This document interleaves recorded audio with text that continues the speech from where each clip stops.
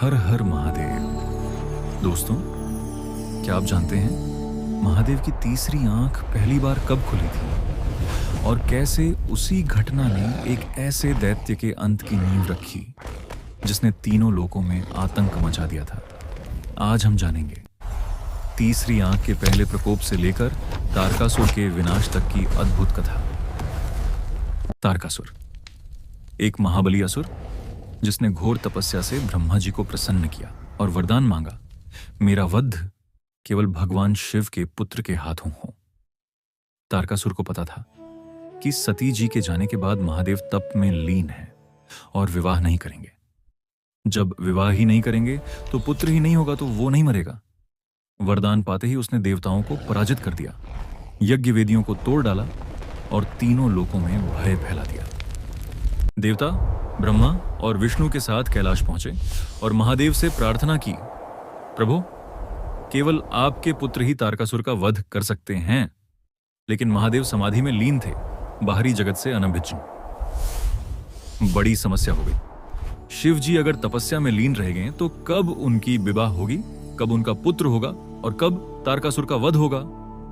देवताओं ने कामदेव को भेजा ताकि वे महादेव का ध्यान भंग करें और शिव जी के अंदर कामुक भावना जागृत कर सकें।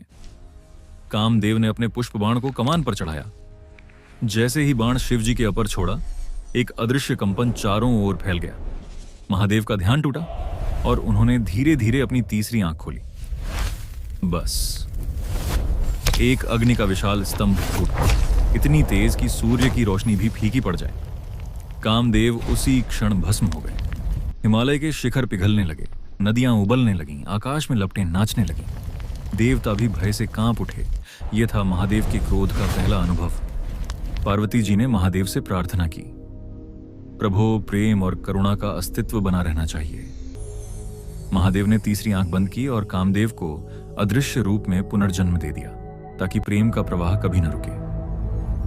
पार्वती जी के तप और भक्ति से महादेव प्रसन्न हुए और विवाह हुआ। कुछ समय बाद जन्म हुआ एक दिव्य पुत्र का, कार्तिकेय। स्वर्णिम कवच, तेजस्वी रूप और हाथ में दिव्य भाला वेल, वे युद्ध और वीरता के देवता बने। तारकासुर ने फिर से देवताओं पर आक्रमण किया। कार्तिकेय देवसेना के सेनापति बने और रणभूमि की ओर बढ़े। चारों ओर नगाड़ों की गूंज, शंखनाद और युद्ध की गर्जना। तारकासुर ने भयंकर युद्ध किया, लेकिन कार्तिकेय के एक बार से उसका कवच चटक गया।